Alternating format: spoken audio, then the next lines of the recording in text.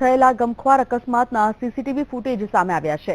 બે બાઇક વચ્ચે સામસામે અકસ્માત સર્જાયો। આ અકસ્માત સર્જાતા એક વ્યક્તિનું મોત અને 4 લોકો ઘાયલ થયા હતા। ઈજાગ્રસ્તોને સારવાર માટે તાત્કાલિક હોસ્પિટલ ખાતે ખસેડવામાં આવ્યા છે।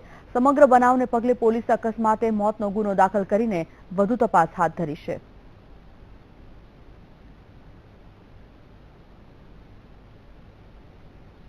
તો સમીના નાયકા રોડ પર ગમખ્વાર અકસ્માત સર્જાયો હતો। બે બાઇક સામસામે ટકરાયા હતા। આ બંને બાઇકની સ્પીડ ખૂબ જ વધારે હતી અને બંને સામસામે અથડાતા એક વ્યક્તિનું મોત થયું હતું, જ્યારે 4 લોકો ગંભીર રીતે ઘવાયા હતા।